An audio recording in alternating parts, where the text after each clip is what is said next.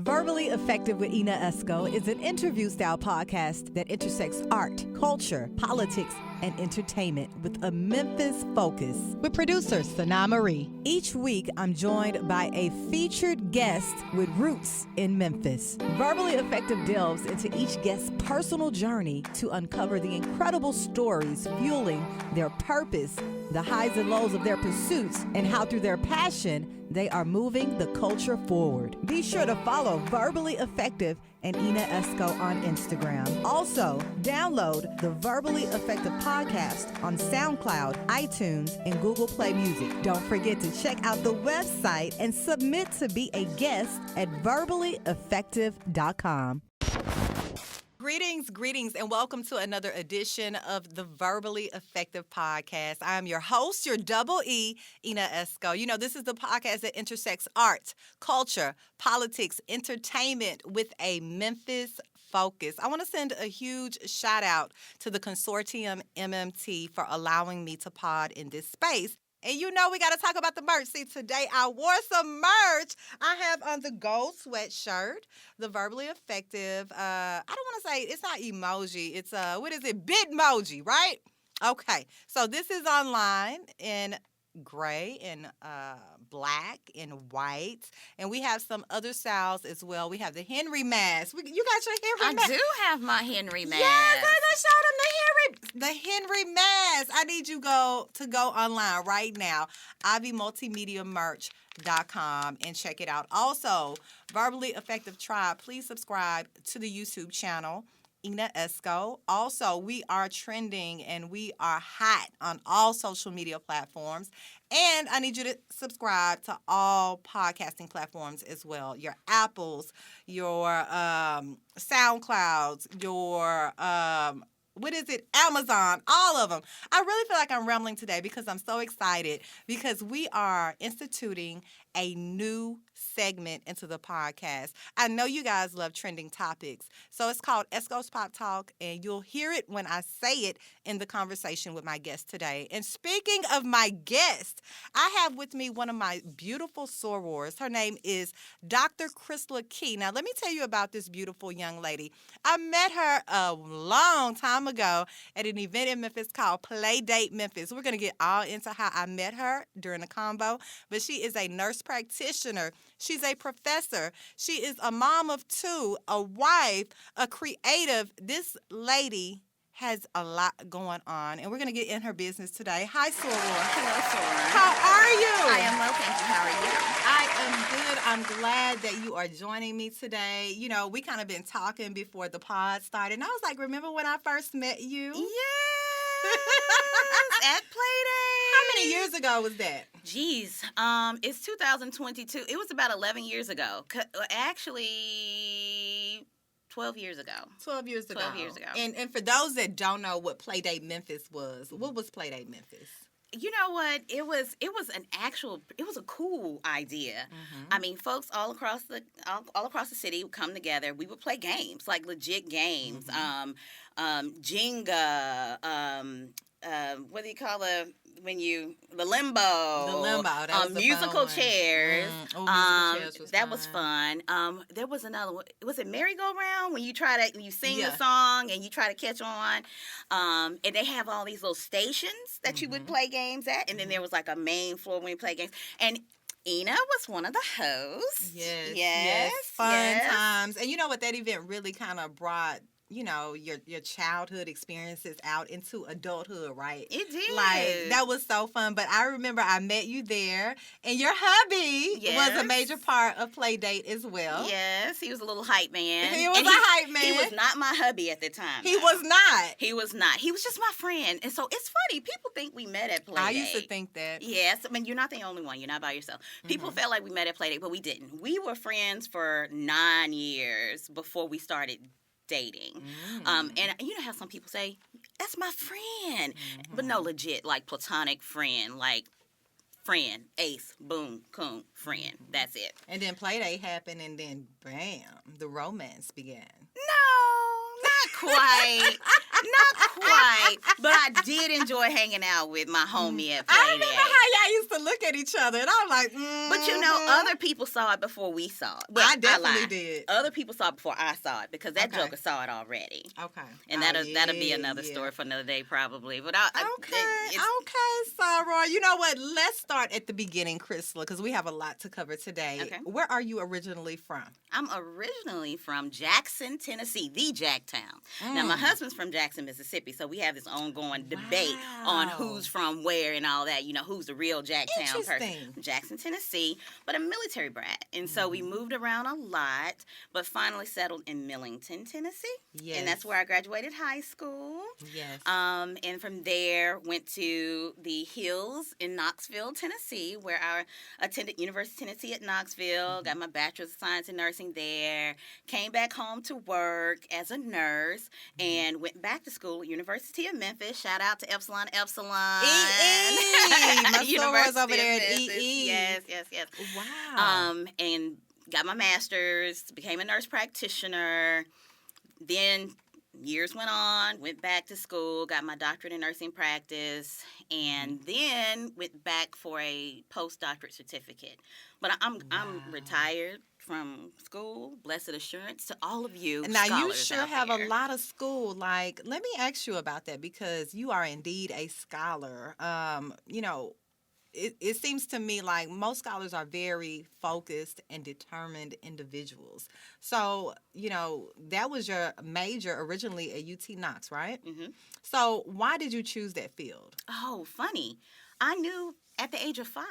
At 5? At 5. Okay. Legit. I was focused. You know. But yes, at 5 years old, I knew I wanted to be a nurse. My aunt is a nurse. Mm-hmm. And I would see her back when my dad was doing a whole bunch of moving around. He was stationed like off of the coast of Africa. Mm-hmm. And we were at home with my mother and my grandmother. And I would see my aunt come back and forth from the hospital. And I was like, hey, what do? You help people. And I remember my first little stethoscope she gave me as a kid, and I wanted to help people. And I never deviated from that. So everything that I did, like even with extracurricular activities, medical explorers and clubs and stuff, all of that was geared toward the sciences and the maths and stuff. And so it just never deviated from that. Wow. So let's talk about your field in nursing, because I believe that you kind of specify in a certain, I'm trying to say the word correctly, pediatric urology. Tell us about that. What does that mean, and what do you do exactly? Okay, so I'm a nurse practitioner in pediatric urology at a children's hospital, and we focus on renal health, renal bladder. When I say renal, kidney, my apologies. Kidneys, bladder, vaginal, like pediatric vaginas.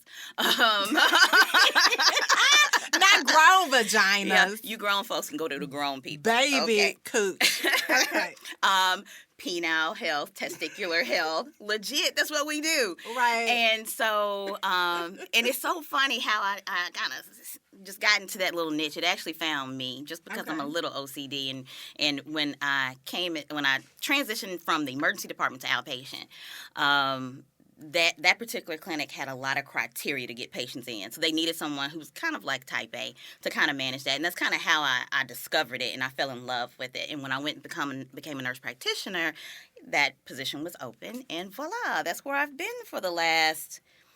So I've been a nurse practitioner for 14 years. I've been in urology for 18 years, and I've been in nursing for 20 years. Oh, my God, girl. You are really doing it. And you're a mother of 2 boys. How old are your boys? 4 and 2. 4 and 2. Let's talk about that for a second. Hello. Pray for me, somebody. Pray for me. You know what? We might as well start Pop Talk, Esco's Pop Talk, right now with a very, I think, important trending topic that's always trending, especially for us women, because as a mother, we balance so much, right? Because I can think of all the things that I do, trying to grow a brand, trying to work my full-time job, trying to take the kids to their basketball practice, to AAU. I got to go to the grocery store. I got to do a lot of shit. And I know you do too, Chrisla. So let's talk about balance. How do you do it? And are you doing it? Well, some days I do and some days I don't. I'm going to be honest. We were talking about this before we got on camera. I feel like I struggle the most in that arena. People say, oh, women can have it all. People can have it all. But can you really have it truly all? And for me, the answer has been not yet. And I say that because, today, I feel like I have to choose, am I going to be a good mom? Am I going to be a good nurse practitioner? Am I going to be a good sister? Am I going to be a good wife?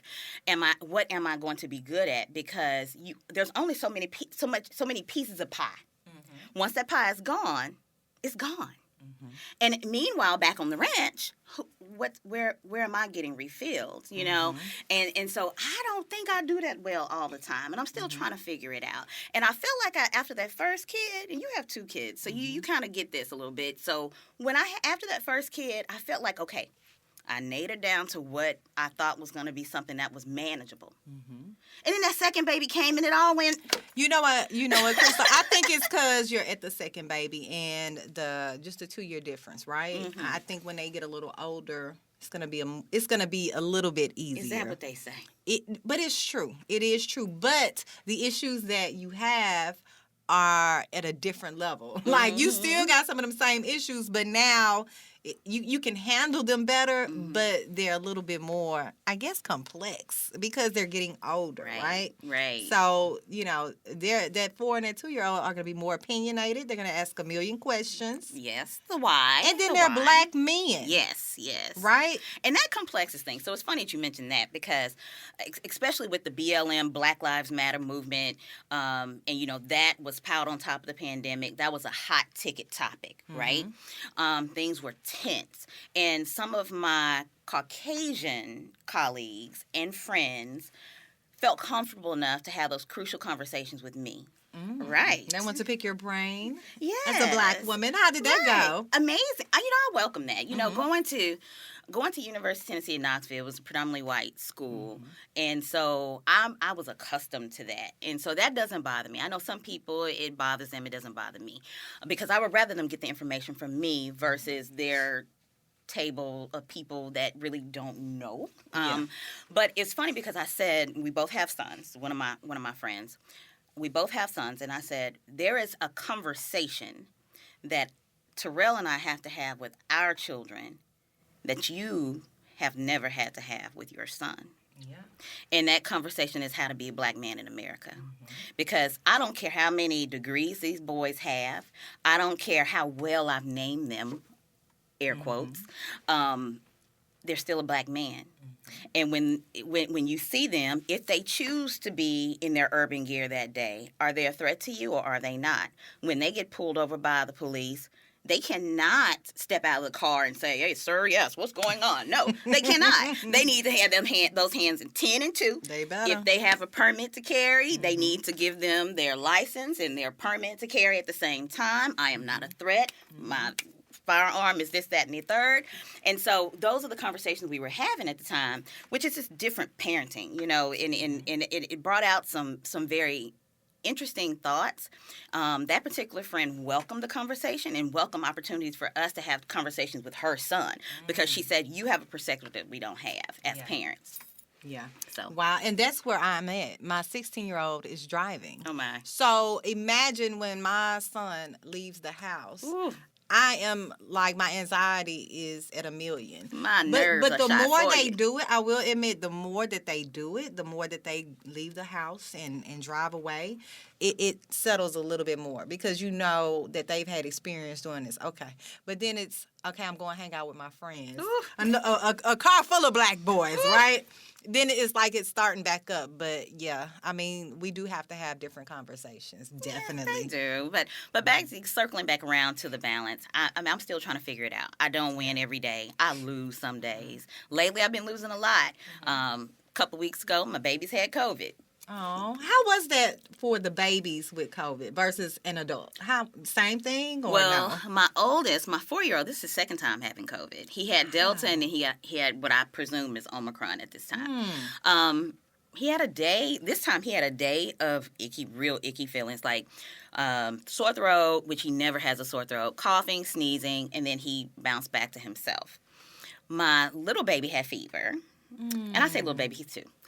He had fever, but actually he had fever for a couple of days, and then he bounced back as well. So they weren't down long, but it was just it's just having to manage it all. You have to cancel clinic and all of that. But anyway. Because really, you not testing positive for COVID because I know you were taking care of them. Because that's weird. It is weird. So Terrell and I were out of town for his birthday. We went to the mountains in Oklahoma, believe it or not. I didn't even know. Without the kids? Yes. Praise the Lord for grandparents. Okay. Hallelujah, hallelujah. She needs about 6 months reprieve. But he got sick. The oldest one got sick during that time. So I don't know if was it our vaccinations, was it our booster, or was it that time when we didn't realize that he was sick, he was away, and then when we realized we wore masks, I don't know.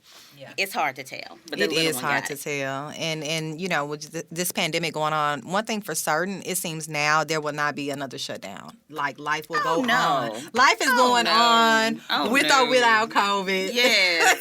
Because it's about the economy. I mean, think about it. The whole the CDC guidelines, as they learn more, they change. But we go from quarantine for 14 days, quarantine for 10 days. Now we're quarantined for 5 days. 5, baby. Cinco. But you think about it, because of the quarantine days that they're the guidelines, airlines are shutting down. Flights are getting canceled. So I don't know. That's a little something. And you're in the medical field, so you've seen the whole kit and caboodle. Now I don't take care of acutely sick COVID patients. That's more in the inpatient world. But it definitely has hit our hospital. It's definitely hit our community. I feel like everyone has a layer of that psychosocial component that has impacted all of us. Even if you go to the grocery store now, I mean, you're washing your groceries at first. Yeah. At first. Now, one thing I do want to ask you as it relates to your particular field in nursing, being a doctor, do you have some publications that you've released? So I have participated in clinical research, and yes, if you Google me, you will see my name pop up in some articles. Love it. Most recently, I am the primary author in a textbook chapter for pediatric nurse practitioners. And so now nurse practitioner students across the country are going to be learning from my genitourinary chapter that I co-authored with several of my colleagues, a couple of my colleagues. Wow, that is amazing. And we are sorors of Alpha Kappa Alpha. Cxcvii. Yes, Cxcvii. Where does that fit into your world right now? Like, we'll always be an AKA, but we got some shit going on right now. Believe it or not, it's actually pretty well integrated. Lots of things going on. I'm active in a chapter, Phi Lambda Omega. Okay. And I've been active in that chapter since 2005. Amazing. We recently just had our Founders Day observation, and I had an opportunity to host the pink carpet. If you don't mind, please take out your phones and go to AKA Phi Lambda Omega and like us on Facebook and Insta. It's AKA _PLO on Insta. And you can catch a glimpse of a little bit of what we do. But it was super cool because we filmed it in October. And so I interviewed all of the award recipients on the pink carpet, glitz and glam style. I think I saw that on your social media. Yes. It was great. It was right up my alley. I had so much fun. Wow. And you know what? When I think of Phi Lambda Omega, I pledged Spring 99 Beta Tau at Lemoyne. And when back then, BEO was the only graduate chapter. You're right. And at that time, Phi Lambda Omega started. Yeah. And it was just kind of like, where do you go? Yeah. We're about to graduate. What do we do? So I'm glad to see that Phi Lambda Omega has just really flourished. It really has. We have, I would say we have over 400 members, closer to 500 now. It started when that chapter was chartered. The focus was on reclaiming pearls, and it's not trying to steal sorors from different chapters. It's the sorors who may have been inactive because life did that. That's me. Well, come on. That is me. There is room at the cross, baby. The Soto County trying to get you, girl. Let me tell you. County on it? We have several chapters here now. We have a lot. Imagine it was one, and then there are now how many in the region? Let's see. In Memphis proper, there are 3. Then there's one in West Memphis, and then there's one in South Haven, DeSoto County. So yeah, and then you got one in Ripley, and there's the Tipton County chapter up in Ripley, Tennessee. Yeah. So I will be forgiven for not reclaiming my pearls. But there is prior. Let me tell you, you are always forgiven, baby girl. There is room for you, huh? I see. Let me tell you this. Let me tell you something. Though. This is what I recommend, because I was general member before I transitioned into a chapter and transferred a chapter. Because I just didn't know, where do I go? I visited BEO and I visited PLO, and I recommend doing that because you might gravitate to wherever your initiating chapter sorors are, and that's what pulled me to Phi Lambda Omega. A lot of my Zeta Delta sorors were in RN. Yes, we got some of y'all over there. Y'all claimed them pearls, did it? Is Tawan your LS? Yes. She's over. I know. Because she was trying to get me back on board for our 20-year reunion. But to that point, you can just come and play. There's no pay to play. Okay. Yeah. The only thing you can't do is vote. So just come and play. Okay. I'm gonna come and play with my Saras over there. Come and Cxcvii. 1, 2, 3. Cxcvii. And you know what? We started this segment, Esco's Pop Talk, and we have just gone on and on. And I do want to hit on one more topic before we wind down the podcast, because this is trending like fire right now. Your president, Joe Biden. Yes. So there was like this Fox News reporter, right? He asked him a question about inflation. And Joe, under his breath, but on the hot mic, said, what did he say? You sorry son of a B. That's it right there. That's right. A president. Hot mic. Where are your manners? Manners, Joe. Well, let me tell you, I think Joe has always been a bit of a loose. I could just cannon. imagine him and Barack behind closed doors talking about these folks. Keeping it real, keeping it transparent. Yes. Let me tell you, I think he was just irritated, and I think he let that irritation show. I mean, can you imagine the amount of pressure that position and in the pandemic and and then I think the reporter was from Fox News, which Fox is known to be more of a Republican fan base and super pro-Trump. And, it's one of those things where people are human, not right at all. You need to mind yourself. Just you collect yourself, collect your pearls, do whatever you got to do. I had a good giggle, though. I had a good giggle. It was hilarious because, Uncle Joe, he was Uncle Joe at that time. Yes, he was. Joe, we did it, Joe. Joe, we did it, okay? However, you got to collect yourself because, there's a certain, I think, respect and certain expectation for the position. Yes, but I'm surprised we never got Trump cussing on a mic. Dude, or did we? We did, but it was swept over the rug. Oh wow! We got Trump saying a lot of things about grabbing body parts and this and that and search. Yeah, but we gonna make Joe go viral for the son of a bitch part. I fool with Uncle Joe. I do too.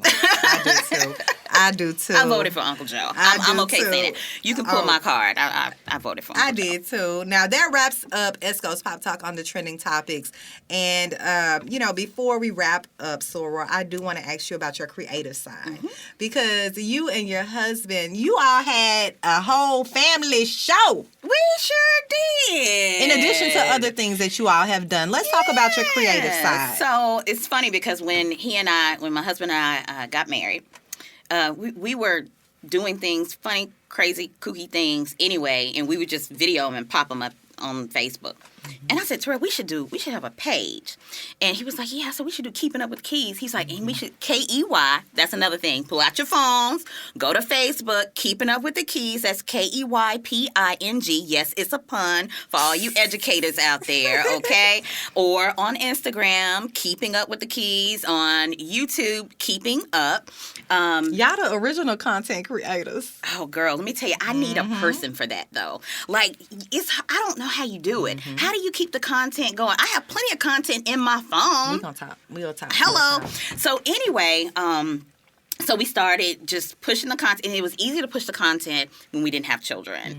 And one of the things we would hear when we were engaged before we got married was, you know, you better enjoy yourself now, because when those babies come, all that's going to slow down. And so we said, we're going to do the Before We Get Pregnant tour. You know how On the Run tour with Beyonce. That was cute. Yeah, so Before We Get Pregnant tour, and we had 12 stops on the tour.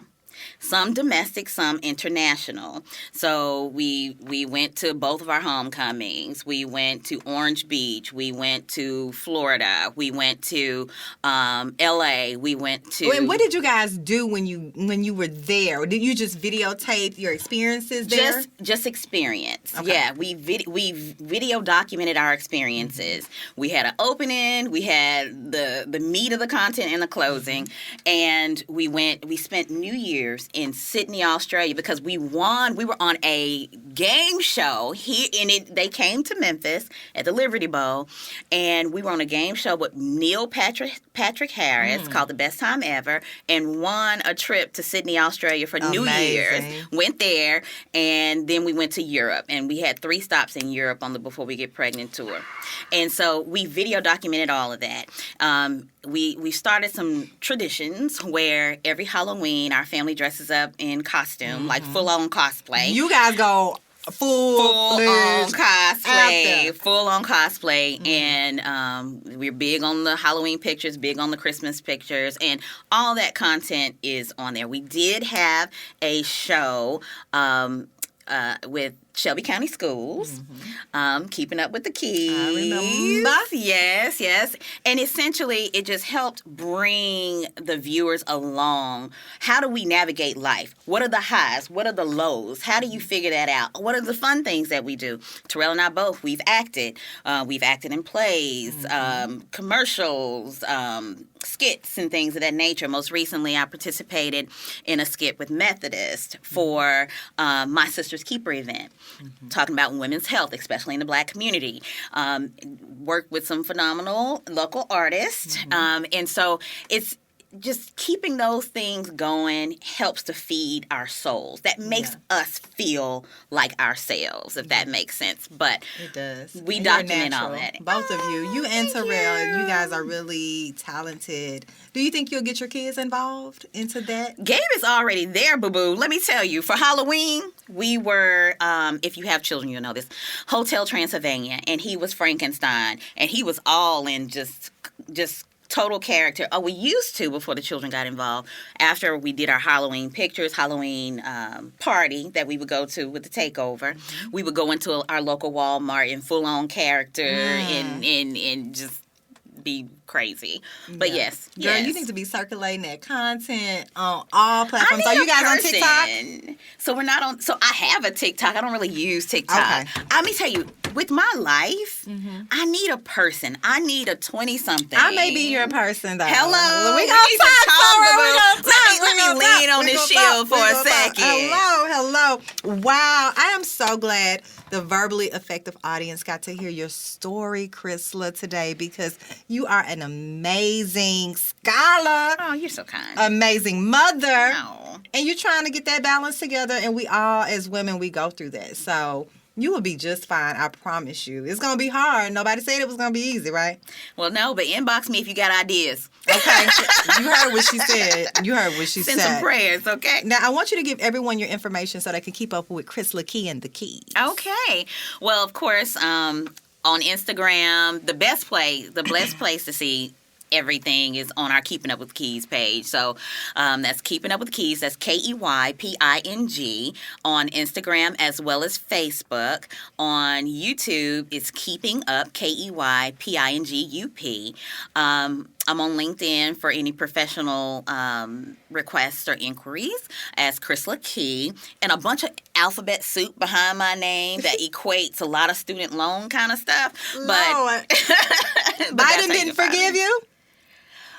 Is he forgiving people nowadays? Uncle Joe, I'm almost done with some of those. So. Wow. Well, you are amazing, Soror. Thank you for coming today. And congratulations as well on the top 40 under 40. Oh, thank I know we didn't get a chance to talk about that, but you. congratulations. And thank you so much for sharing your story today. Thank you. And thank you for having me. Yes, you were really good. You were amazing, soror. You know how my sorors do. Hello. Yes, but I want to thank you all for tuning in today to the Verbally Effective podcast. You know, we talk with a lot of creatives, entrepreneurs, just a lot of people in Memphis that are doing some incredible things. Make sure you're following the podcast on all social media platforms. They're YouTube at Ina Esco. And thanks for tuning in.